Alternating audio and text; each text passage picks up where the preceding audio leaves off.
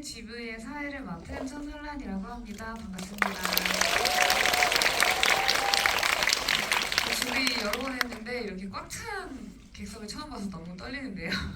오늘은 이 순례자들은 왜 돌아오지 않는가를 쓰신 원작 작가인 김초엽 작가님과 지금 무제 출판사 대표님이시자 배우로 활동하시는 박정민 대표님과 함께 이야기 나눠보도록 하겠습니다. 두 분 올라와주세요.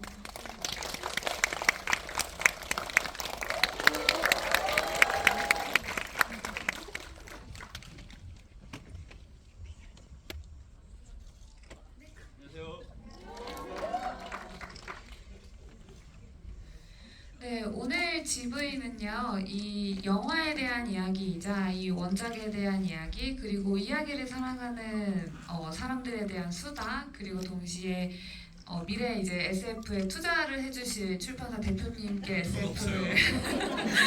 SF를 어필하는 자리이기도 한데요. 일단 두 분 먼저 소개 부탁드립니다. 초엽 작가님 먼저. 네, 안녕하세요. 네, 순례자들은 왜 돌아오지 않는가 원작을 쓴 김초엽 작가라고 합니다. 반갑습니다. 안녕하세요. 군체와 와일드싱을 뒤로하고 순례자들은 왜 돌아오지 않는가를 선택해준 여러분 정말 감사드리고요. 저는 오늘 GV에 참석한 배우 박정민이라고 합니다. 반갑습니다.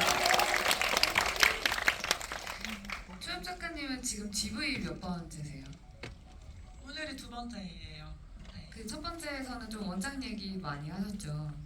김겨울 작가님이랑 같이 했는데 겨울님이 사실상 사운드를 다 채워주시고 저는 겨울님이 원작과 영화를 해석하시는 거에 대해서 저의 생각을 좀 보태는 방식으로 진행했습니다. 오늘은 좀 반대입니다. 저는 오늘 두 분께 많이 질문을 드릴 거고요. 일단 원래는 이제 원작 얘기를 조금 덜 해볼까 싶었다가도요. 오늘 영화를 보신 분들은 이 전에는 초엽 작가님의 팬들이 많으셨다면 오늘은 또 이제 이 영화로서 이 소설을 처음 보신 분들이 많을 것 같아서요. 원작에 대한 얘기와 영화에 대한 얘기를 같이 해볼까 합니다. 일단 이 영화는 그 우리가 빛의 속도로 갈 수 없다면 2019년에 발표한 초엽 작가님의 소설집에 들어있는 소설이 원작이고요. 제가 봤을 때에는 이 소설과 영화의 큰 결은 대부분 똑같아요. 소설에서도 그 서간체 편지 형식으로 쓰여져 있고 순례자들이 시초지로 돌아갔다가 돌아오지 않는 것에 대한 어떤 궁금증을 품은 인물이 그곳에 가서 무언가를 발견하는 이야기이거든요. 일단 저는 이렇게 뭔가 그 큰 영화 자체가 소설의 원작을 되게 존중한다라는 느낌을 많이 받으면서 봤는데 대표님은 이 영화를 보시기 전에 소설을 먼저 보셨었나요? 네네. 예전에 읽으셨어요? 예전에 한번 읽었고 이거 GV 정해지고 기억이 좀 가물가물해서 한 번 더 읽었습니다. 어떠셨나요? 이 원작과 영화를 같이 보셨을 때? 두 매체의 매력, 아까는 뭐 이제 존중하는 태도로 이 영화를 만드셨다라는 거에는 전적으로 동의하고, 근데 화자가 좀 다른 느낌이 들었어요. 이 영화는 화자가 소피의 느낌이라면 사실상 소설에서는 소피가 그냥 편지를 읽는 사람이잖아요, 받는 사람. 그래서 그 소피라는 인물을 조금 더 부각시킴으로써 그 시초지가 아닌 그들이 살고 있는 행성에 대한 것을 조금 더 풍족하게 표현을 해줘서 그런 부분이 굉장히 인상적이었습니다. 작가님은 그러면 이 소설을 처음 쓰실 때 혹시 어떠한 창작 계기로 소설을 쓰셨는지 기억이 나시나요? 네, 이 소설은 제가 쓴 계기를 엄청 생생하게 기억을 하고 있는데요. 제가 데뷔한 지 얼마 안 됐을 때 엄청 좋아하는 작가님이 계신데 김보영 작가님이라고 계시거든요. 그 작가님이 저한테 제안을 주신 거예요. 본인이 어떤 그 작가들을 모아서 기획을 하고 있는데 여기 한번 들어와라라고. 근데 그 작가님이 게임 시나리오 출신이시기도 한데 약간 게임 같았어요, 그 기획이. 그러니까 진영을 나눠가지고 작가 10명을 모아요. 그런데 반반 나눠서 반은 디스토피아를 쓰게 하고 반은 유토피아를 쓰게 하는 거예요. 그래서 이거 두 개를 다 엔솔로지로 한꺼번에 내는 거예요. 그래서 제가 너무 재밌겠다, 제가 참여를 하고 싶다, 뭘 하면 될까요? 이렇게 물어보니까 김보영 작가님 그러시더라고요. 저희 SF 작가들이 다 좀 음침해서 다 디스토피아를 하려고 할 것 같다. 김주엽 작가님은 이제 유토피아를 맡아달라. 그래서 그때는 너무 자신 있게 하겠다고 했었어요. 근데 한 마감 한 한 달 전쯤에 연락이 오더라고요. 지금 구상을 뭘 하고 있는지. 그래서 사실 그때부터 이제 구상을 시작했는데, 근데 좀 막막했어요. 왜냐면 여러분도 이제 기억 속에 있는 여러 가지 명작을 떠올려보면 아시겠지만 우리가 알고 있는 디스토피아에 대한 영화라든지 뭐 드라마 이런 거 되게 많잖아요. 근데 유토피아는 없어요. 그래서 그때서야 이제 왜 이렇게 유토피아 작품이 없을까를 그제서야 생각을 하게 된 거예요. 근데 사실 생각해보면 되게 당연하죠. 유토피아는 갈등이 좀 최소화돼야 되고 갈등이 있어도 그게 잘 풀려야 유토피아인데 그럼 재미가 없잖아요. 일단 매체로서의 어떤 재미가 없기도 하고 또 작가가 생각하는 유토피아를 구현해서 보여줬을 때 그게 독자나 관객에게까지 유토피아라는 보장이 없어요. 작가의 어떤 신념과 사상 같은 걸 막 되게 응축한 그런 결과물이 나올 수밖에 없는데 그러다 보니까 지금 현대에 기억되고 있는 유토피아 작품들 대부분이 막 수십 년 전에 뭐 구소련 시대에 썼던 공산주의 유토피아 뭐 이런 작품밖에 없는 거예요. 그래서 아 그때 진짜 망했다 큰일 났다라고 생각해서 이 문제를 어떻게 해결해야 될까 고민을 하다가 유토피아랑 디토피아를 하나의 뿌리로 붙여보자고 생각했어요. 그러니까 하나의 문제에서 유토피아도 출발하고 디토피아도 출발하는 이런 얘기를 한번 써보자. 그 결과물을 이제 순례자들은 왜 돌아오지 않는가인데 제가 사실 그 소설을 썼을 때는 어떤 함정을 좀 피해가는 전략이 있었어요. 유토피아라는 게 구체적으로 묘사할수록 독자들이 의구심을 품기 쉽거든요. 이게 구체적이고 이 시스템이나 여기 나오는 인물들이 막 생생할수록 이게 진짜 유토피아 맞아라는 생각을 하게 된단 말이에요. 근데 이거는 소설의 구조나 어떤 형식이 그걸 좀 오해갈 수 있게 돼 있잖아요. 그래서 저희 전략은 유토피아를 좀 추상적으로 묘사하고 디스토피아를 좀 생생하게 와닿게 해보자라는 게 이제 저희 그 소설을 쓸 때의 전략이었고, 근데 이걸 이제 영화나 애니메이션 같은 걸로 옮기게 되면 양쪽 다 어느 정도는 구체성이 들어갈 수밖에 없는데 그것을 어떻게 이 함정을 피하셨을까 약간 이런 생각을 하면서 이제 저도 매체를 기다렸어요. 네. 그래서 표현된 유토피아는 좀 마음에 드나요? 아 근데 사실 이 유토피아는 그 관객분들도 동의하시겠지만 유토피아라고 하기에는 약간 무섭죠? 좀 쎄한 느낌으로 연출이 된 것 같아요. 그래서 그 점은 좀 달라지긴 했어요. 네. 맞아, 우리의 약간 상상력이 뭔가 아름다운 어떤 그 갈등이 없는 곳이라고 생각했을 때 우리도 어딘가에서 받은 이미지인 거야. 그게 넓은 드넓은 초원에 하얀색 옷을 입고 웃고 떠드는 사람들 되게 미드소마 같은 세계관인데 그 하신 말씀 중에 일단 동의하는 건요. SF 작가들이 대체로 디스토피아를 좋아합니다. 그리고 디스토피아를 좋아하는 사람들이 이제 SF를 좋아하기도 하죠. 되게 행복을 그닥 바라지 않아요. 왜요? 행복을 좀 바라세요. 행복하게 사셔야지. 근데 저는 그 생각이 들더라고요. 그래서 이 영화를 볼 때 그럼 스스로 나름의 어떤 유토피아나 디스토피아는 무엇일까를 정의 내리잖아요. 근데 유토피아는 너무 단순하긴 해요. 그냥 완벽한 곳이에요. 근데 디스토피아는 완전히 불완전한 곳이잖아요. 근데 우리가 왜 유토피아를 꿈꾸지만 그곳을 만들 수 없을까라는 생각을 할 때, 그러니까 개개인이 너무 다르니까 그 생각이 들더라고요. 그 하얀 백지에 빨간색 점 하나가 딱 찍혔어요. 이걸 이제 돌이키고 싶어는 시간을 돌릴 수는 없고 이걸 완벽히 지우고 싶을 때 그거를 빡빡 지우는 일보다 빨간색을 보이지 않게 하려면 그 도화지에 다른 색 점을 무수히 많이 찍으면 빨간색이 안 보이는 거예요. 그냥 그게 어떤 불안함과 다채로움 속에 있는 그런 어떤 공존이잖아요. 그래서 그 영화에서 보여지는 시초지는 그런 곳이었거든요. 뭐 하나가 그 붉은 어떤 얼굴의 흉터가 유토피아에서는 너무나도 선명하게 보이는 단점이었는데 시초지에서는 그게 그냥 하나의 어떤 다채로운 색깔로 치부되는 걸 보면서 와 이게 소설에서 읽을 때는 크게 와닿지 않은 어떤 이미지였는데 말씀하신 것과 어떤 걱정과는 또 반대로 애니메이션으로 봤을 때는 그런 게 눈에 확 들어와서 저는 개인적으로 너무 굉장히 좋았습니다. 작가님들하고 이렇게 이야기를 나누니까 저조차도 격식이 올라가는 느낌이 들어요. 항상 그 술 좋아하는 아저씨들하고 여기서 이렇게 이야기 나누다 보면 뻘 소리만 하다 가거든요. 그래서 여기서 뭔가를 배운다라는 느낌을 받는 게 처음인 것 같아요. 그때 저랑 얼굴 아 그때 제가 주인공이었잖아요. 아 그쵸. 네, 근데 이렇게 또 제3자의 느낌으로 이렇게 딱 보니까 역시 이 작가님들의 이 품위는 다르구나라는 생각을 하게 됩니다. 근데 오늘 GV가 조금 신기하게 성사가 됐어요. 왜냐하면 이게 원래 애초에 예정된 GV는 아니었는데요. 갑자기 생긴 건데 왜 갑자기 생겼는지 셋 다 몰라요. 저는 작가님도 오신다 그래서 온다 그랬는데. 전 두 분이 한다고 해서 못 왔거든요. 그래서 그러니까 보통 이제 그 제작사 놈들이 그렇게 섭외를 해요. 네. 누가 한다는데? 그러면 이제 와가지고 거절할 수 없는 제안을 이제 하면은. 그렇죠. 그래서 저는 이제 GV를 여러 번 하기도 했고 특히나 초엽 작가님 소설이고 SF가 국내에서 애니메이션으로 만들어지는 경우가 많이 없으니까 안 불러주면 섭섭한데라고 생각하던 찰나였거든요. 그래서 일단 랭크 왔는데 그래서 오늘 유달리 너무 많이 긴장을 한 거예요. 두 분이랑 무슨 대화를 해야지?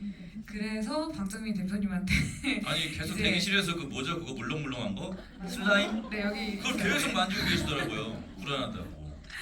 그래서 혹시 이 어떤 SF를 이제 책을 내시기도 하잖아요. 곧 내실 예정이기도 네. 하고 그랬을 때 이 영화를 포함해서 순례자들이라는 원작도 그렇고 SF가 주는 어떤 매력이랄 게 어떤 게 있을까요? 저는 SF가 주는 매력은 저에게는 명확해요. 이 시대에 우리가 이야기해야 되는 조금 아슬아슬한 지점들을 조금은 이제 우리의 이 현실과 멀리 떨어진 곳의 세계를 표현을 함으로써 그 메시지들을 우리가 좀 더 부드럽게 받아들일 수 있다라는 생각이 들어서 전 그래서 SF 작품들 그런 SF 작품들을 좀 좋아하는 것 같아요. 저는 이 순례자는 왜 돌아오지 않는가도 제 나름의 뭐 이제 작가님이 어떻게 이 작품으로 무엇을 이야기하고 싶으셨는지 제가 정확히 알 수 없지만 저는 이 사회에 만연한 과거부터 만연했던 그 분리주의에 대한 어떤 비판도 있을 것이고 그 유토피아 얘기하셨지만 사실상 유토피아라는 건 존재할 수가 없고 오히려 유토피아는 가까운 곳에 있을 수도 있다. 내가 조금 힘들더라도 사랑하는 사람과 있을 때 내가 놓고 싶지 않은 사람이 있을 때 오는 그 행복감이 가장 행복한 세계일 수 있다라는 지점들 그런 것들을 특히나 오히려 SF 작품에서 그런 메시지들을 좀 자주 발견하는 것 같아요. 네, 그래서 SF를 보는 걸 좋아합니다. 저는 이번에 이제 순례자들 볼 때 이제 배우님이랑 비슷한 생각을 했었는데 SF가 사랑을 진짜 잘 얘기하거든요. 네. 근데 이게 되게 종족 간의 사랑일 때도 있고 그 우리 최근에 그 프로젝트 헤밀리만 봐도 또 외계인과의 우정인데 이것도 굉장히 큰 규모의 사랑이잖아요. 너무 신기한 거는 사랑을 못 쓰세요. 왜 갑자기 디스를 하세요?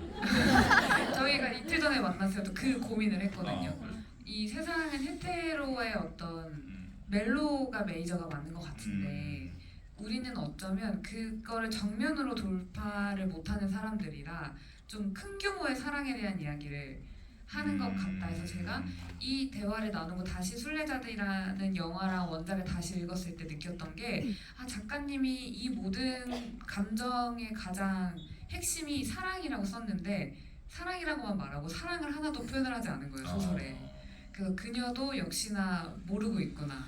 이제 조금 알 것 같나요? 이걸 쓸 때와 지금 다시 쓴다면 그 선택에 대한 어떤 절절한 사랑을 쓸 수 있을 것 같아요. 솔직히 말하면 제가 이 원작을 쓸 때부터 이 원작 소설이 결함이라고 생각했던 게 있는데 너무 사랑 중심주의 아닌가라는 생각을 좀 했었어요. 왜냐면 그 사랑이라는 게 사실 그 엄청나게 결이 다양하잖아요. 그러니까 내가 이 사람을 위해서 세상과 싸우고 싶어라는 사랑도 분명 있지만 그 현실의 사랑은 그것보다 좀 더 질척하고 우리 세상과 싸우지 말고 우리끼리 숨자 이런 사랑이 사실 좀 더 많은 것 같고 되게 다양한 결이 있는데 뭔가 되게 좀 그 중에서도 좀 멋진 종류의 사랑을 보여준 것 같다라는 생각도 했었고 그리고 이 사랑의 형태를 조금 협소하게 그린 것 같다는 생각도 했었거든요. 근데 이제 영화에서는 그것을 좀 더 확장해서 보여주는 씬이 있잖아요. 그러니까 사랑이라는 게 단지 뭐 어떤 성애적인 감정뿐만 아니라 그냥 내 옆에 있는 어떤 존재, 심지어 인간이 아니어도 괜찮아요. 그 존재를 위해서 내가 살고자 하고 죽고자 하는 마음이면 이게 사랑일 수 있다. 이렇게 정의하는 어떤 씬이 있어서 그게 좀 되게 좋았던 것 같거든요. 그래서 사실 뭐 사랑이라는 걸 우리가 되게 협소하게 정의한다면 작가님과 저는 사랑 얘기를 그렇게 잘 못 쓰는 게 그렇지만 좀 더 폭넓은 범위로 정의한다면 그래도 다양한 형태의 사랑을 그려보려고 노력하고 있지 않나라고 생각했어요. 멜로 좀 써주세요. 멜로. SF 멜로. 아니 SF 멜로는 될 수 있죠. 뭐 예를 들면 상대방이 좀비라거나 네네. 네, 그렇죠. 외계인이라거나 네네네네. 로봇이거나 네. 그런 건 이제 쓸 수 있죠. 그렇죠. 써주세요.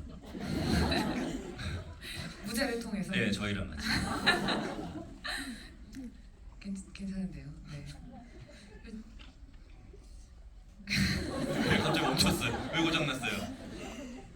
아니, 멜로라는 단어가 최근에 저희 화두기도 했거든요. 아. 최근에도 이제 그 뒷자리에 태워줘라는 GV를 하면서도 이제 사랑이 주는 어떤 거짓들 그 미디어에선 저는 사실 작가님 동의하실지도 모르겠지만 문학만이 인간의 감정 중에 사랑을 좀 쓸모없는 것으로 잘 치부하는 것 같거든요. 아, 문학에서는 네네네. 더 중요한 감정이 외로움이나 고립, 자기 혐오나 우울 같이 좀 더 자기 집중되어 있는 이야기 거기 어떤 로맨스라고 할 수 있는 사랑이라던가 혹은 나르시시즘이 가미되어 있는 것들도 있지만 문학은 사랑을 그렇게 드러내지 않는 느낌인데 애니메이션이나 영화나 다른 모든 이야기를 갖고 있는 다른 매체는 사랑이 늘 중심이 되는 거예요. 그러니까 중심주의적인 이야기로 변해야 한다는 생각이 들어서 그래서 처음에 이제 예술레자들은 왜 돌아오지 않는가의 애니메이션을 보기 전에도 아 이게 자칫 잘못하면은 그저 사랑하는 사람을 위해서 떠난 인물의 이야기로 너무 잘 바뀔 수 있는 소재인 거예요. 그래서 혹시 어떤 이런 각색의 방향성에 대해서 감독님이랑 이야기를 나눠보신 적이 있나요? 저는 그 원작 판권을 팔고 나면 거의 그냥 아예 개입을 안 하거든요. 그냥 모든 걸 전적으로 다 맡기고 그래서 이제 그 결과물이랑 저를 분리해서 생각하기도 편하고 저는 그냥 제가 어떤 매체의 소비자로서 있을 때도 원작을 막 존중할 필요는 없다고 생각해요. 원작을 존중하는 건 뭐 제작자의 마음이지만 실제로 그 결과물을 만드는 건 어쨌든 책임은 이 제작자분이 지는 것이기 때문에 원작을 팔 때부터 원작자가 각오를 해야 된다고 생각해요. 근데 잔인한 게 있잖아요. 아니, 너무 무책임한 거 아니에요? 내 원작이 훼손될 수도 있는 건데 그냥 원작은 원작. 네가 돈 줬으니까 너는 내가 알아서 해 이거예요? 근데 원작이 안 돼. 아니 원작이래. 그 2차화된 게 망하면 원작도 망하는 경우가 있잖아요. 그렇지. 그런 경우가 있어. 아니 그럼요. 대체로 그랬을걸요? 네, 원작이 좀 그러니까 도마 위에 오를 수 있는 거죠. 네, 그냥 굳이 그렇게 입방아에 오르지 않아도 되는 글이 그러면 노이즈 바이럴이 되지 않고 돈이 최고네요. 알겠습니다. 저는 그 각색 그 제안이 왔을 때 성별이 갑자기 바뀐다거나 뭐 주제 의식이 바뀌는 경우들이 있어서 이제 그때는 좀 거절을 하는 편인데 그럼 혹시 배우님도 뭐 최근에 영화들도 그렇고 원작이 있는 작품들이 올 때가 있잖아요. 그럼 원작을 꼭 읽어보세요. 아 요즘에는 원작 있는 작품들이 훨씬 많아요. 지금 영화나 드라마 뭐 이런 것들이 아시겠지만 그래서 웬만하면 읽어보는데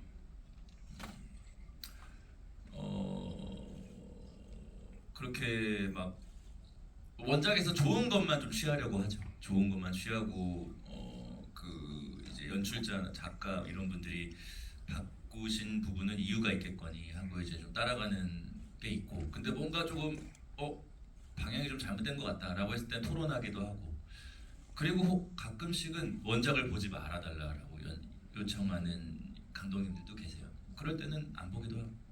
네. 그런 경우들은 어떤 경우예요? 영화의 방향성이 많이 다르기 때문에 아 헷갈릴 수 있으니까. 네, 좋은 소재만을 갖고 온 건데 이 원작이 너무 좋으니까 이걸 따라가야 될 것 같은 어떤 관성 같은 게 생기잖아요. 근데 이 작품 이거를 소재로 우리가 다른 매체의 작품을 만드는 데 있어서 우리는 더 좋은 방향성으로 더 좋은 걸 만들기 위해서 가는데 이제 자꾸 여기서 뭔가를 끌어오려고 하는 습성이 있다 보니까 그럴 때는 그냥 보지 않아도 된다. 네, 그리고 또 다시 이제 영화 얘기를 한번 해보자면 저는 이 영화를 다시 봤을 때 이제 원작에서도 느꼈지만 이게 참 좋은 순환의 구조의 이야기고 특이한 구조라고 느꼈거든요. 왜냐면 SF는 되게 떠나가는 이들의 이야기가 많아요. 그래서 판타지가 보통 어떤 인물을 가지고 마을을 떠난 영웅이 임무를 수행하고 성공하고 다시 마을로 회귀를 하는 얘기라면 SF는 되게 떠나서 돌아오지 않아요. 그래서 프로젝트 헤일밀리도 뭐 예컨대 마지막에는 지구에 올 것처럼 하지만 보여주지 않고 우리가 뭐 많이 알고 있는 인터스텔라도 결국에는 이제 더 먼 행성으로 나아가고 그래서 SF는 항상 가보지 않은 곳에 대한 이야기를 하고 순례자들의 얘기를 하는 게 이제 SF인데 이 구조가 진짜 신기한 게요. 이 시점 자체가 행성 다른 마을에서 시작을 하고 이들이 가는 시초지가 지구인 셈이잖아요. 그래서 이 이야기는 돌아오는 자들의 이야기인 거예요. 떠나는 사람들의 이야기가 아니라 우리가 이렇게 지구를 떠나야 해. 이곳에 어떤 결함이 있고 우리는 더 새로운 행성으로 나아갈 거야. 더 큰 이야기를 할 거야 라고 하는 기존의 SF 이야기와 다르게 이곳으로 결국에 다시 돌아올 수밖에 없는 이야기의 구조인 게 다시금 느껴져서 저는 일단 너무 좋았고요. 그렇다 보니 아까 말씀해주신 것처럼 그러면 이 SF 이야기는 지금 이 현대에 어떤 시의성을 가지고 있을까? 우리는 왜 다시 결국에 지구로 돌아올까라는 고민도 같이 하게 됐는데 결국에는 이야기는 감정에 대한 이야기를 많이 하잖아요. 물론 사랑뿐만 아니라 분노도 있고 질투도 있고 어떤 혐오도 있고 근데 이런 감정이라는 것 자체가 저는 요즘 시대에 사람들이 좀 취약점이라는 고 느끼는 것 같거든요. 내 감정을 솔직하게 말하거나 어딘가에 뭔가 분출하거나 혹은 사랑의 낯간지러움을 느끼는 게 예전보다 훨씬 더 둔해지고 좀 꺼려하는 것 같고 그리고 못하는 것도 같아요. 왜냐하면 지금 우리가 소통하는 모든 방식들이 텍스트잖아요. 나 너무 기뻐라고 말하지만 그게 실제로 육성으로 누군가랑 마주보는 것보다는 이런 핸드폰으로 서로 이제 소통하는 게 더 많다 보니까 그래서 되게 어떤 한편으로 이미 우리의 행성은 그 마을처럼 되어 있고 이 지구는 우리가 진짜로 돌아가야 하는 것들이 저렇게 분노하고 사랑할 때 사람의 얼굴을 마주보는 지구의 행성으로 가야 하는 어떤 느낌도 들더라고요. 괜찮은 해석인가요, 이건? 좋아요. 네. 저는 그 마지막에 소설이 마지막에도 있지만 이제 많은 분들이 인용하시는 문구가 이제 우리가 지구에 가면 많이 괴롭고 고통스럽겠지만 그것보다 행복할 거야 이런 문구를 이제 많은 분들이 인용해 주시는데 근데 진짜 솔직하게 말씀드리면 저는 사람이 뭐 살면서 뭐 무조건 고통을 겪을 필요는 없다고 생각해요. 근데 현실적으로 우리가 살아가면서 고통을 겪을 수밖에 없고 그냥 고통이 있는 게 인간 존재의 어떤 조건이라고 생각하거든요. 그렇다면 약간 일종의 정신 승리를 하는 거죠. 어차피 고통을 겪을 수밖에 없다면 이 고통의 의미를 어떻게 재해석할 것인가? 약간 그런 생각을 하면서 이야기를 했었던 것 같아요. 만약에 우리가 어떤 꿈꾸던 대로 저도 예전에 소설 소재로 썼던 것 중에 하나가 감정이 억제되는 세대에 대한 어떤 시기에 대한 얘기를 쓰는데 그런 행성 마을 같은 게 정말 이루어지면 저는 딱 그 생각이 들었어요. 그러면 배우가 첫 번째로 사라지겠다. 그 배우는 감정을 모방하고 표출하고 전달하는 직업이잖아요. 네. 어떠한 역할을 받았을 때 그 역할의 감정을 네. 드러내는데 만약에 우리가 그 감정을 궁금해하지 않아요. 아무도 공감해하지 않고 그러네요. 그러면은 제일 먼저 사라지는 직업이 될 수 있지 않을까요? 아니죠. 오히려 더 궁금해, 그러니까 뭔가 더 신기해할 수 있을 것 같아요. 그 영화를 봐도 그 막 꼭대기에서 울고 있는 사람 보면서 막 저게 우리가 배웠던 슬픔이라는 건가 봐 하면서 막 구경하잖아요. 그런 식으로 구경하지 않을까요? 구경만 해도 돼요? 돈은 좀 내고. 여기도 자본이 역시 아니 근데 저는 사실 이거 소설 보고도 그렇고 영화 보고도 그렇지만 저는 고통이라는 거에 대한 거에 굉장히 취약하거든요. 고통을 참는 걸 정말 힘들어해요. 그래서 웬만하면 고통이 오지 않는 상황을 세팅해 놓으려고 노력을 많이 하는데 그래서 제가 만약에 저 행성에 있다가 성인이 돼서 순례길에 가야 된다. 그러면 지구에 내리자마자 다 바로 돌아. 너무 더울 것 같아요. 우선. 이 순례자는 왜 이렇게 빨리 왔는가? 네. 저 사람 왜 이렇게 빨리 왔지? 꽃다발을 주면서 아니 왜 이렇게 빨리 오셨어요? 같이 춤추고 있고 거기.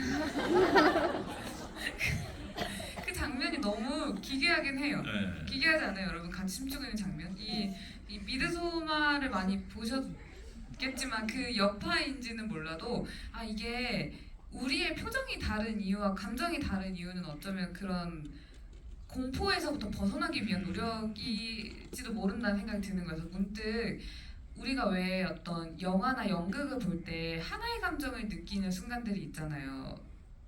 완벽하진 않겠지만 근데 그때 그 공간이 문득 기괴할 것 같다는 생각이 들었거든요. 모두가 다 같이 웃고 있고 다 한꺼번에 울고 있고 그러네요. 를 봤을 때 심정도 비슷한가요? 저한테 물어보시는 거예요? 네네 무대에서 아니요. 그렇지 않아요. 무대에서는 좋죠. 그 어떤 배우의 의도에 따라서 관객들이 하나의 감정을 느껴준다라는 게 굉장히 좋은데 생각해보니까 제3자가 밖에서 쳐다보고 있으면 좀 기괴할 것 같기는 해요. 그 생각 못 해봤는데 그러네요. 정말 개인적인 궁금한 일인데요. 네. 무대에서 표정이 보이나요? 관객들의 표정이 보이죠. 너무 잘 보여서 집중이 깨질 때도 있어요. 내 의도대로 움직여주 그 이제 따라와주지 않을 때 오는 그 당혹감은 여러분 그런 꿈 안 꾸시나요? 그 대사를 하나도 못 외우고 무대에 오르는 꿈 같은 거 꿔본 적 없어요? 대체로 안 꾸지 않아요? 아니면 공부를 하나도 안 하고 수능 시험을 보는 꿈이라든지 대충 뭐 그런 거 뭔지 아시죠? 그러니까 이제 약간 그런 비슷한 류의 감정. 내가 뭘 했는데 뭔가 싸하다 그러면은 이제 그 순간부터 한 5분 동안 내가 뭘 잘못했는가에 대해서 계속 복귀하다가 그 공연을 망할 때도 있죠. 그런 종류의 꿈을 꿔보신 적 있어요, 작가님은? 저는 그 강연 안 가서 다들 수백 명이 저를 기다리는 꿈 뭐 이런 거는 꾼 적이 있는데 그거 그냥 무책임. 게으른 거 같은데요. 전 최근에 그게 현실이 됐잖아요. 안 갔어요 강연을? 그때 기차 사고로 이제 상행선 하행선이 다 정지가 저기 됐던 사고 날에, 있었던 네네. 날. 그날 제가 딱 천안에 강연을 가야 됐었는데 막혀갖고 처음으로 택시 타고 천안을 가봤어요. 30분을 늦었는데요. 들어서면서 마이크를 들고 이제 인사하면서 이제 강연을 했던 그 끔찍했던 기억이 있어요. 어이구야. 여러분 죄송해요. 제가 사회를 좀 항상 대답만 하다가 사회를 보려고 하니까 매끄럽진 않은데 그 영화와 SF 얘기를 좀 더 해보고 싶은 것 중에 하나 그리고 그 SF가 요즘에 해외에 되게 많이 나가고 한국 SF가 이제 조금씩 뭔가 각광받기 시작하면서 영화도 이제 나오기도 하는데요. 이 뭐랄까 아직까지 그 작가님이 느끼시는 SF 우리의 소설들이 영화나 애니메이션이 됐을 때 느끼는 좋은 감정이랄까 이번에 어떤 기분이셨을지 본인의 영화를 봤을 때. 일단 좀 좋았던 게 그 원래 이 애니메이션이 제가 처음에 기획을 들었을 때는 극장 개봉을 전혀 목표로 하지 않고 훨씬 짧은 분량이었고 그리고 OTT 이런 걸로 들어갈 거다라고 얘기를 들어서 처음에도 그런 줄 알았어요. 제가 초반에 들었을 때는 거의 20분 분량, 30분 분량이 엄청 짧은 애니메이션이라고 생각했기 때문에 사실 이렇게 극장에서 보는 그런 경험을 생각도 안 해봤는데 막상 해보니까 좀 재밌더라고요. 아까 설란 작가님이 뭐 기괴하다라고 하시긴 했지만 뭔가 어쨌든 그건 창작자로서의 어떤 욕심이기도 하잖아요. 어떤 순간과 어떤 장면에 이 사람들이 다 내가 의도한 대로 느꼈으면 좋겠다. 근데 사실 좀 실패하죠 대부분. 사실 극장이든 연극을 하든 그 순간에 모두가 다 똑같은 감정을 느끼지 않을 거예요. 근데 어쨌든 뭔가 그것이 의도된 어떤 공간 안에 있다라는 게 좀 재미있었고 극장에서 뭔가 저희 원작으로 한 어떤 매체가 상영되는 걸 보는 그 경험 자체가 되게 좋았던 것 같아요. 나중에 한 번 더 이제 상영관에서 영화 상영할 때 끊고 몰래 들어가서요 관객들 얼굴을 봐요. 저는 그 청개의 파랑이 뮤지컬로 나왔잖아요. 근데 이제 몇 차례 보다가 중간에 한번 객석들의 얼굴을 관객들의 얼굴을 봤어요. 근데 다들 이제 울고 계셨는데 문득 우리는 독자의 실시간 표정을 잘 못 보잖아요. 책을 읽을 때 어떤 표정을 짓고 어느 장면에서 어떻게 우는지 그냥 항상 그 읽기가 끝난 다음에야 소감으로서만 듣지. 근데 문득 그때 그분들의 얼굴 표정이 아 이게 내 독자들의 얼굴이겠구나. 내가 다시는 볼 수 없는 이라는 감정을 좀 느꼈거든요. 그래서 한번 추천드려요. 대신에 이상한 사람으로 몰릴 수는 있어요. 뒤를 보고 있어. 혼자 네. 앞에 보고 있는데. 네. 그런 경험들이 좀 있고 그래서 대표님도 이제 뭔가 책을 출간하시면서 SF에도 관심이 많이 있으시죠? 네. 관심 많습니다. 처음에 들었던 것과 좀 비슷하긴 한데 그 한국 SF만의 좀 특징적인 느낌이 있으신가요? 왜냐하면 저희가 최근에 같이 팟캐스트 녹음할 때 네. 그 어떤 로봇에 대한 이야기를 하면서 해외 SF에 대한 거는 워낙에 이제 어렸을 때부터 많이 보셨을 테니까 근데 요즘에 이제 나오는 한국 문학들이나 한국 SF에 대한 특징이 좀 다른 게 있다고 느껴지시나요? 뭐 제가 SF의 조예가 깊은 수준의 독자는 아니어서 뭐 차이가 뭔지 잘 모르겠으나 보통 제가 읽는 한국 SF 소설은 우선은 뭐 김수혁 작가님, 천선란 작가님을 비롯해서 뭐 청해 작가님, 요즘에 SF로 이제 각광받는 젊은 작가님들의 소설을 많이 읽는데 뭐랄까요, 조금 더 제 느낌에는 인간적이라는 느낌을 많이 받아요. 예, 감정에 대해서 조금 더 깊이 들어간다. 그러니까 해외 문학 작품들은 조금 더 그 세팅 값에 집중을 하는 것 같다라는 느낌이라면 우리나라 SF는 좀 더 오밀조밀한 느낌이 좀 더 드는 것 같아요. 그 인간 간의 그 관계에 있어서. 네. 근데 그런 부분들이 저는 비단 문학뿐만이 아니라 뭐 영화나 드라마도 그런 것 같아요. 그게 한국인의 정서인 건가라는 생각도 좀 들고.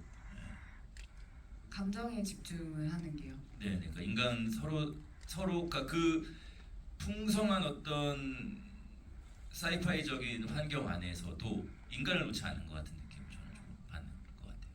근데 이건 정말 제가 외국 소설, 외국 작품들 잘 몰라서 그렇게 느끼는 걸 수도 있을 것 같아요.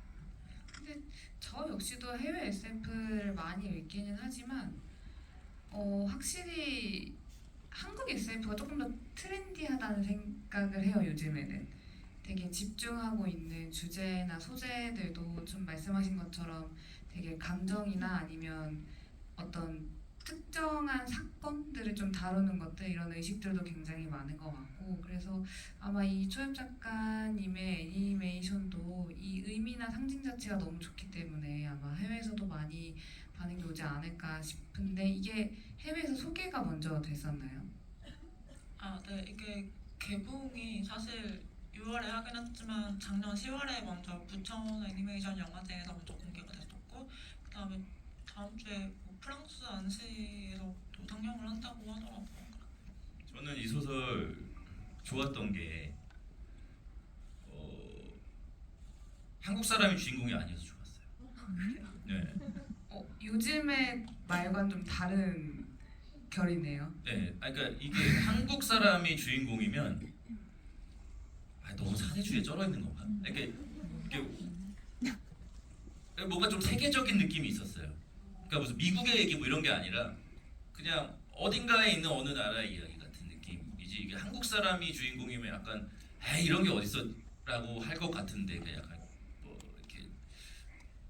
이렇게 일차원적인 거부감 같은 것들이 있었을 것 같은데 이게 이름이 그냥 통용되는 이름들이잖아요. 이 이름은 미국에도 있고 스페인에도 있고 이탈리아에도 있고 있는 이름들이고 그러다 보니까 조금 더 범주가 넓어지는 느낌이라 좋았고 이거는 말마따나 미국에서 영화를 만들어도 이상하지 않겠다라는 생각도 듭니다. 근데 완전 딱 정확한 게 그 소설 쓸 때 이름 진짜 고민 많이 하잖아요. 이게 이름이 주는 어쩔 수 없는 거부감이 약간 있거든요. 그래서 막 우주적인 어떤 무언가를 하는데 뭐 이름이 정민이야. 잘 어울리는 것 같기도 하지만 약간 너무 한국 사람 그러니까. 이런 느낌이 네. 있기는 하죠. 그래서 저희도 항상 고민하는 것 같아요. 소설 쓸 때. 그래서 가끔은 아예 이름이 없기도 하고 아니면 아예 좀 이상한 이름을 짓기도 하고. 그래서 이번에 이거 소설 쓸 때는 일부러 이름을 좀 더 그렇게 배우님이 말씀하신 것처럼 의도하신 거예요. 네, 되게 의도한 것 같고요. 사실 작품에서 어떤 인물을 쓸 때 구체성이 필요한 경우도 있고 추상성이 필요한 경우도 있는데 아까 얘기했던 것처럼 이 유토피아를 묘사할 때는 좀 추상성이 필요하거든요. 너무 구체적으로 묘사하면 내가 유토피아라는 걸 어떤 실감나는 배경으로 받아들이게 되는데 그러면 이 유토피아라는 장소 자체에 대한 묘사도 구체적이어야 되고 시스템도 구체적이어야 되고 뭔가 요구되는 게 많잖아요. 단편 분량 안에서 다 담기 힘들 때가 많거든요. 그래서 이 인물을 쓸 때 좀 전략적으로 하죠.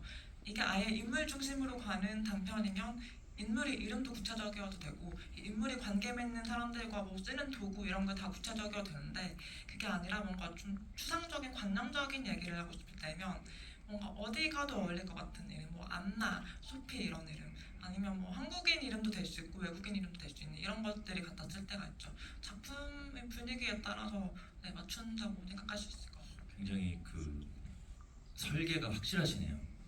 저희 김초혁 작가님 대학교 어디 나왔는지 아시나요? 포항공대에 나오셨어요. 네. 대단하시죠? 그 약간 과학 전공하셨잖아요. 과학 무슨 전공이죠? 아, 저 화학 전공했고 화학. 그 대학원에서 생화학 단백질 같은 거 그럼 그런 어떤 그때 배웠던 것들이 이 SF를 쓰는 데 있어 도움이 좀 돼요? 그때 배웠던 지식은 다 까먹었는데 아 이거 아까워라. 약간 방법론적인 거, 그러니까 파고들 있는 태도나 그쵸, 네. 그런 것들이 좀 도움 되죠. 그럴 것 같아요. 아직 그 두 분이서 개인적인 계약은 안 하셨죠? 했어요. 했어요. 네, 같이 했잖아요. 이렇게 묶는 거 말고. 그건 아직. 네. 그래서 오늘 굉장히 좋은 자리인 것 같습니다. 네. 저는 그래서 온 거예요.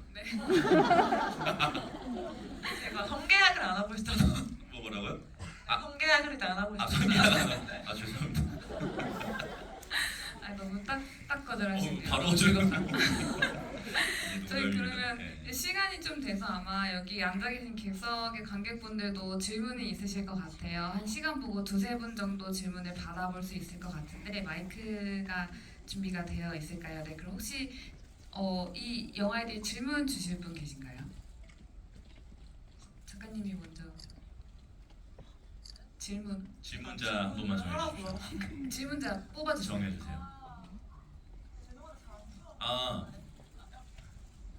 여기 두 번째 줄. 네.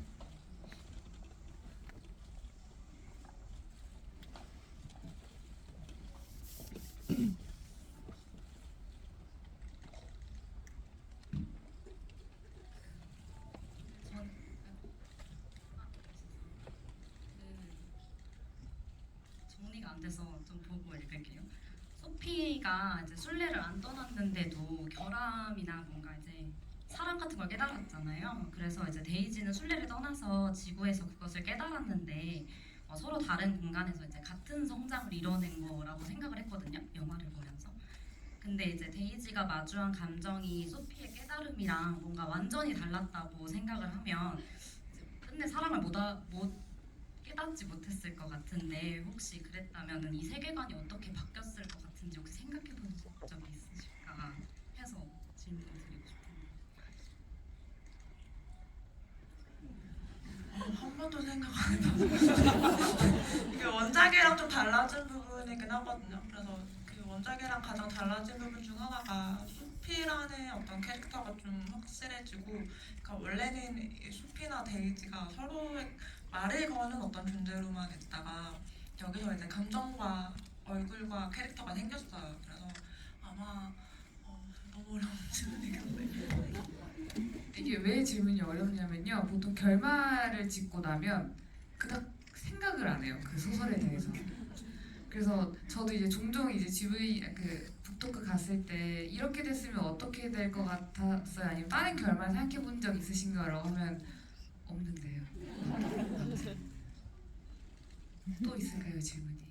질문은 아니고 네. 아까 그 유토피아 얘기하셨는데 사실 저는 그게 개조인의 삶이 유토피아라고 생각을 안 하고 약간 마을이 좀 더 유토피아에 가깝지 않나 생각을 조금 했어서 아, 네. 원래 유토피아로 의도된 게 마을이 맞아요. 그러니까 제가 처음에 원작을 썼을 때 마을이 유토피아고 그렇기 때문에 좀 추상적으로 묘사를 했었거든요, 원작에서는. 그리고 디스토피아는 우리가 알고 있는 구체적인 디스토피아 모습들이 많잖아요. 그래서 사실 단편 분량 안에서도 독자들이 충분히 자신 있는 상상력으로 이 디스토피아를 구체적으로 그릴 수 있을 거다라고 생각했었어요. 너무 감사합니다. 네, 한 분 더 질문을 받아볼까 하는데 이번에는 대표님이 여기 네 번째 줄에 계신 분. 그 원작에서 보면 릴리가 신인류를 만든 게 서로 밟지 않고 미워하지 않고 그러기 위해서 만들었다고 했는데 근데 왜 릴리는 그런 행성에서 신인류를 만들어 놓고 감정을 배우라고 또 지구에 가라고 하고 그런 사람들이 또 가가지고 안 돌아오잖아요. 그런 거 보면은 왜 굳이 릴리는 완벽하게 유토피아처럼 만들어두고 네, 이해했어요. 제가 설명을 드릴게요. 걔가 왜 그랬냐라는 거죠. 원작에서는 그 어떻게 되냐면 릴리가 있고 릴리의 후세대가 올리브예요. 그리고 올리브의 후세대가 또 수피랑 대립인 거거든요. 그래서 원래 3세대에 걸쳐서 전개되는 얘기를 제 영화에서는 2세대로 압축이 된 건데 근데 원래는 그 원작에서의 구성은 릴리가 유토피아를 만들어 놓고 그때까지는 순례에 관심이 없었어요. 근데 나중에 올리브가 이 유토피아의 진실을 알게 되고 이 유토피아라는 게 사실은 지구의 어떤 디토피아를 외면한 상태에서 우리가 유지되는 거구나라는 걸 깨달은 다음에 지구를 직면하게 만드는 그런 관심을 갖는 거예요. 그러니까 이제 그 원작에서는 릴리가 이 유토피아의 어떤 순례에 관심을 갖는 게 아니라 올리브가 먼저 혼자서 지구에 가서 그 지구가 어떻게 이렇게 되었는지를 본 다음에 거기에 대한 어떤 책임을 지기 위해서 순례를 만든 거죠. 그런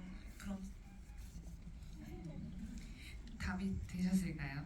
네, 그럼 이번에는 제가 한 분 더 질문을 받아보도록 하겠습니다. 저기 뒤 양팔을 번쩍 들고 계신 네.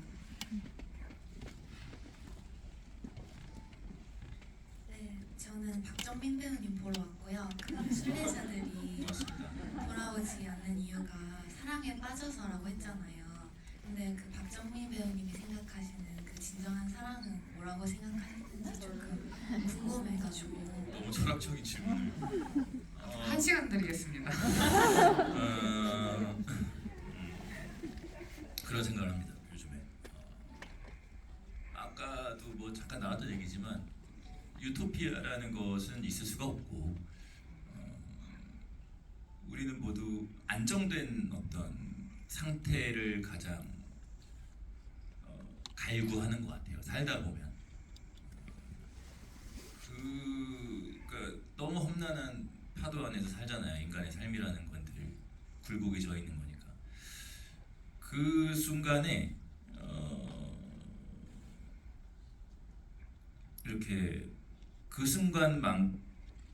순간에도 함께 있으면 내가 안정감을 느끼는 어떤 사람이 있거나 어떤 집단이 있다고 생각하거든요. 제가 요즘 그걸 느끼는 게 이제 뭐 저에게는 가족이고 내 친구들하고 함께 있는 단 몇 시간이라도 그 시간만큼은 꽤 오랫동안 잃고 싶지 않은 시간인 것 같고 그 시간 동안 느끼는 내 감정이 사랑에 가장 가깝지 않을까라는 생각을 요즘 많이 하는 것 같습니다. 잘 들었습니다. 네, 맞습니다. 네, 또 질문 있으실까요? 네, 작가님 혹시 가운데 손 흔드시는 분.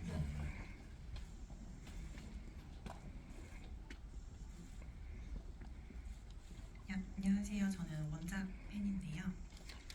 원작에서는 시초지가 지구라는 것도 초반부터 나오지 않고 왜 시초지라는 곳에 순례를 가야 하는지 약간 비밀을 파헤쳐가는 과정이 있었던 걸로 기억을 하고 이제 릴리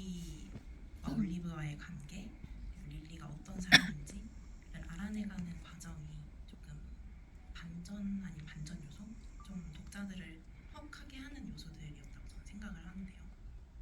이 영화에서는 이제 초반부터 설명을 해주고 다소 그 부분은 조금 배제되었다라고 느껴졌는데 그 부분에 대해서 작가님은 좀 아쉽진 않으셨는지 혹은 아쉽진 않고 좀 다른 시점으로 연출을 해서 재밌으셨는지 어떻게 보셨는지 궁금합니다.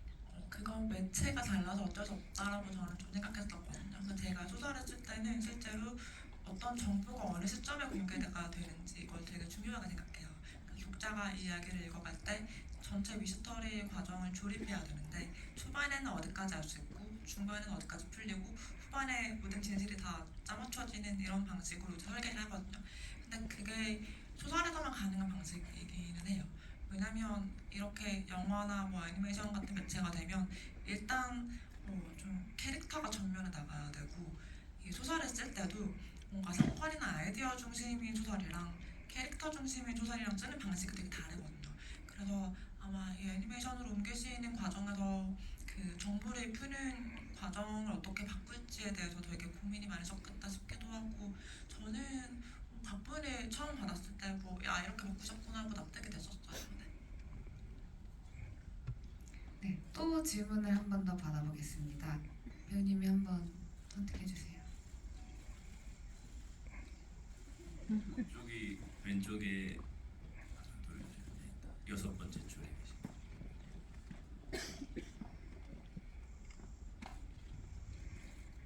네, 저 원작 관련해서 한번 여쭙고 싶은데요.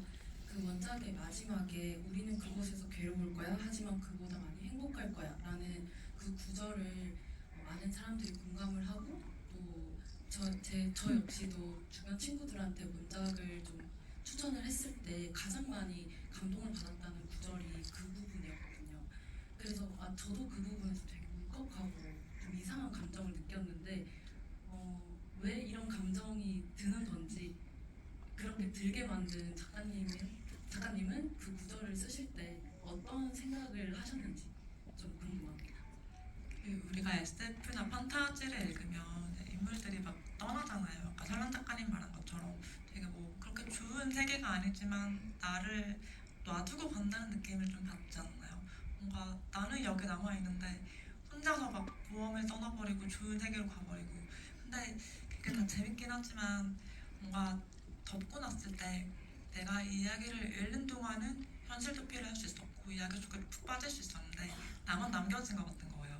그래서 뭔가 어떤 이야기를 쓸 때는 독자가 이야기를 딱 덮고 났을 때 그렇게 외롭지 않았으면 좋겠다. 뭔가 좀 남겨지기보다는 그래도 내가 살고 있는 이 지구가 그래도 살아갈 만한 곳이지 않나라는 생각이 들었으면 좋겠다라고 저는 생각을 했었어요.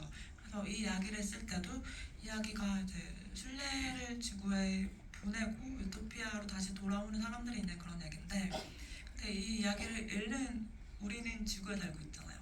우리 유토피아에 가고 싶어도 갈 수가 없어요. 그러면 쓰는 나와 독자를 위해서도 누군가는 지구로 왔으면 좋겠다라는 어떤 무의식적인 갈망이 좀 반영이 됐던 것 같고요. 사실 그건 이런 이야기를 읽는 독자님들도 마찬가지겠죠. 그래서 어떤 그런 정서적인 공명이 있지 않았을까라고 생각합니다. 진짜 그런 생각을 하고 쓰세요? 근데 이게 약간 쓸 때는 잘 무의식 중에 있어서 이제 정리가 복귀해 안 되다가 보니까 네, 다 쓰고 나서 이제 정리를 하기도 하고 나중에 사후적으로 좀 갖다 붙이기도 합니다. 너무 멋진 답변인데. 이 답변이 감동을 배로 만들어요 지금. 와. 네. 역시. 아직 시간이 좀 더 남아서 제가 몇 분 더 한번 할게요. 지금 딱 정 가운데에 손 들어주신 하얀색 옷 입으신 네.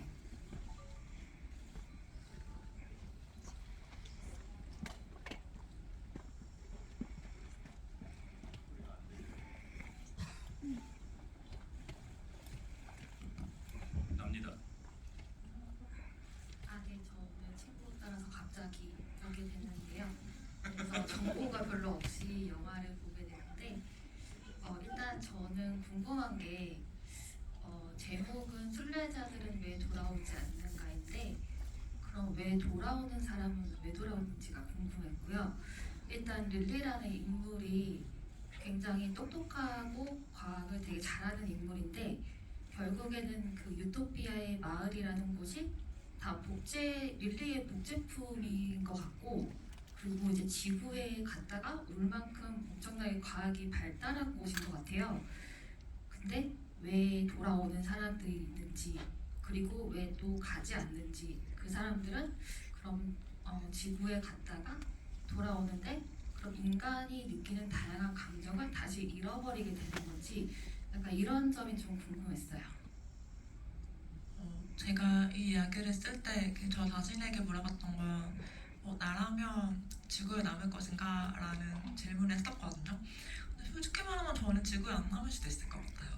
그래서 제가 이런 얘기를 쓸 때 항상 어떤 인물들이 저보다 좀 더 앞서 나가고 행동을 많이 하고 좀 더 급진적인 그런 캐릭터들인 경우가 많은데 저 본인은 항상 한 발짝 뒤로 물러나서 나라면 그런 선택 안 할 것 같은데 이런 캐릭터들 주로 쓰거든요.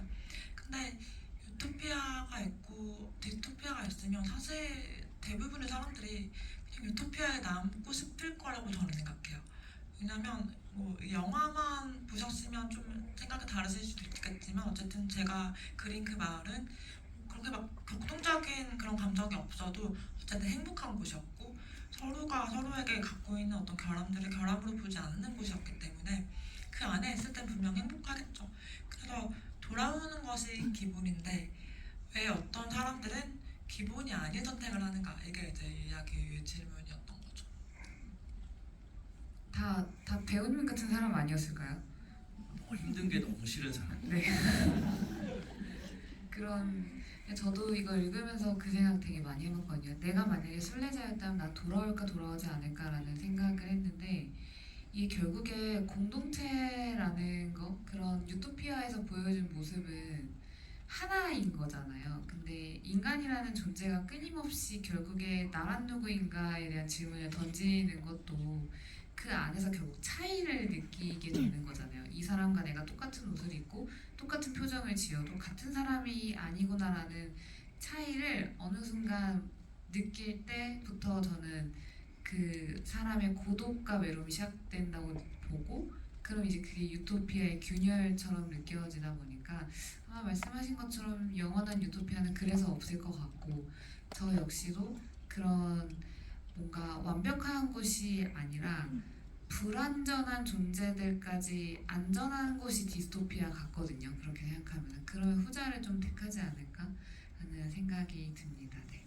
그럼 저는 그래서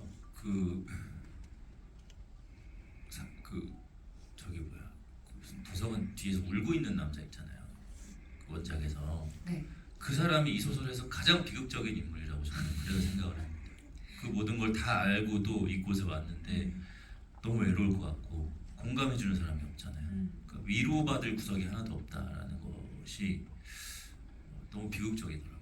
네, 저는 조금은 다르게 생각했던 게 이 유토피아라는 공간이 완전하진 않지만 어떻게 보면 이 존재들을 키우는 온실 같은 곳이라고 생각하거든요. 근데 제가 항상 그 SF든 드라마든 유토피아 같은 공간을 볼 때마다 느끼는 게 유토피아가 존재할 수 없고 결국 시간이 지나면 다 해체되는데 그러면 그런 공간이 있는 것 자체가 의미가 없나라는 질문을 했었어요. 근데 그렇지 않은 것 같아요. 왜냐면 우리가 살면서 한 번쯤은 그런 편안한 공동체에 속해 있을 때가 있잖아요. 그냥 내가 나로 받아들여지는 그런 곳에 있을 때가 있잖아요. 그러면 그게 완전하지 않고 영원하지 않다는 걸 알아도 그 환대의 경험을 기억하는 거예요, 내가. 그러면 다른 곳에 갔을 때 그 기억이 나에게 어떤 동력이 되지 않을까? 내가 살아가게 하고 뭔가 싸울 수 있게 하는 그런 힘이 될 수 있지 않을까? 그렇다면 이 유토피아를 유지하는 사람들도 필요한 거죠. 그렇다고 합니다. 제가 시간상 마지막 한 분의 질문을 받고 끝내볼 건데 작가님이 마지막 한 분만 딱 정해주시면 감사하겠습니다.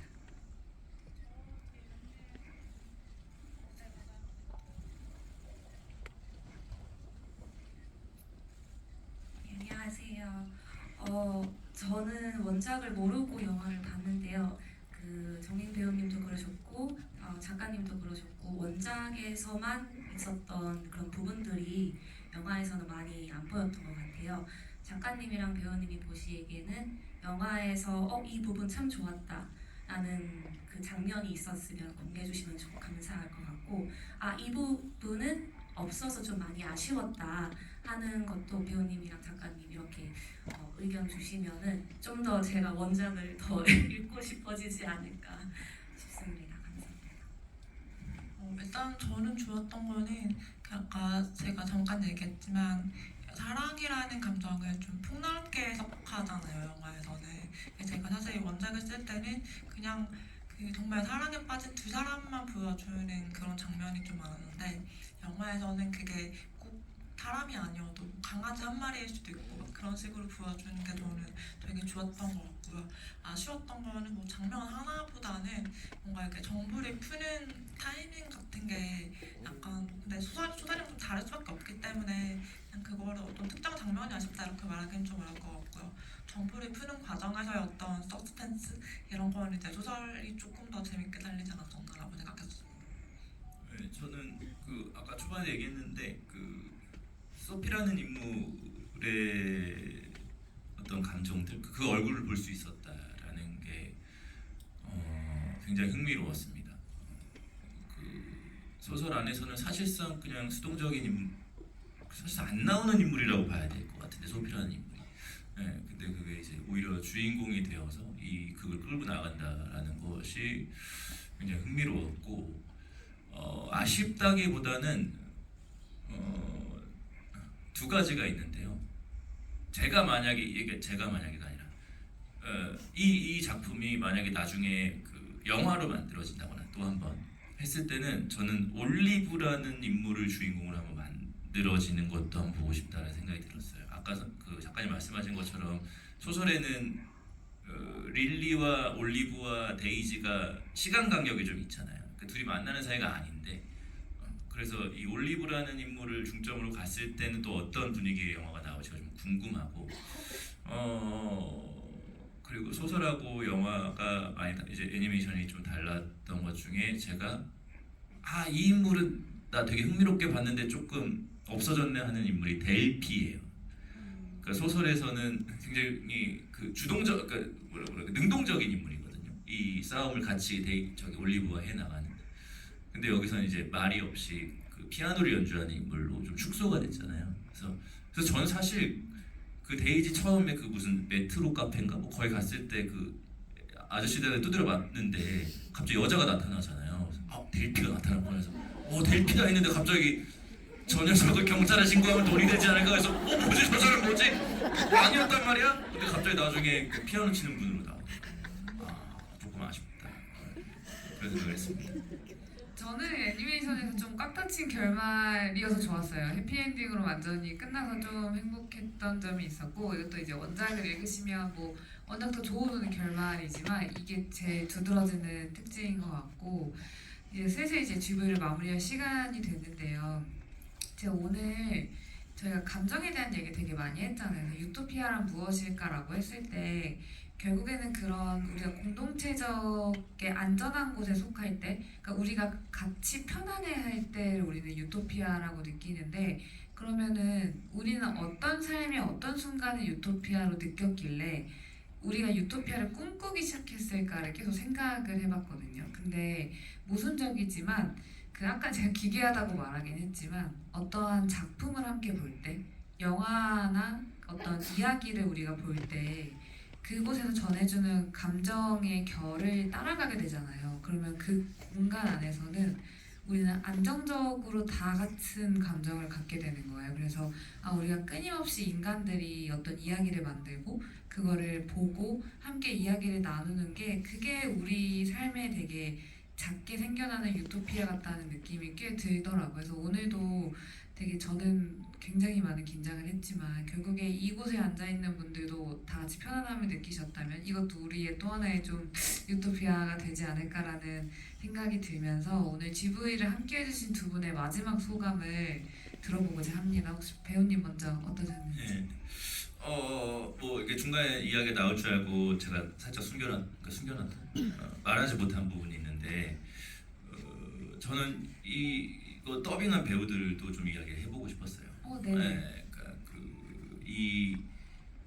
사실 이게 내가 연기한 거에 더빙을 하는 게 아니라 남이 그려놓은 거에 더빙을 하는 게 굉장히 힘든 일이거든요. 그 커트 길이수도 맞춰야 되고 막 여러모로 힘든데 사실 그 나이가 좀 어린 배우들이 이렇게 더빙을 한 걸로 알고 있거든요. 그래서 이게 많이 어려웠을 텐데 참 고생이 많았고 또 책임감 있게 여러 가지 활동들을 하는 걸 조금 알려드리고 싶었고, 그래서 여러분들 뭐 이렇게 주변에다 이런 이제 좋은 배우들이 이 영화에 참여했다라는 소식과 함께 이 재밌는 애니메이션을 많은 분들께 좀 소개를 좀 해주셨으면 좋겠습니다. 그리고 평일날 늦은 저녁에 이렇게 극장을 꽉 채워주셔서 너무너무 감사드리고요.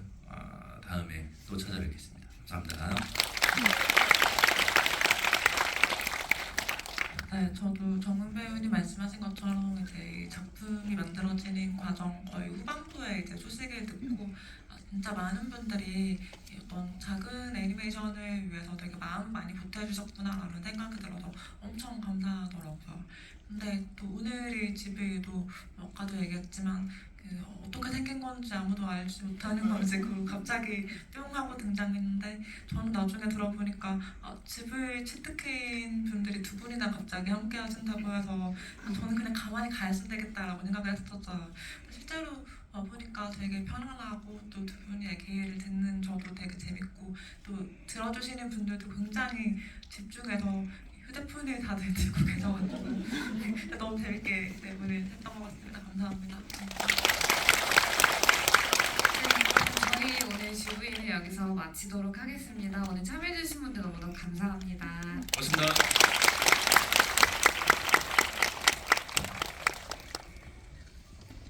늦은 시간까지 함께 해주셔서 감사드리고요. 또 퇴장은 스크린 바라보시고 오른쪽으로 부탁드리겠습니다.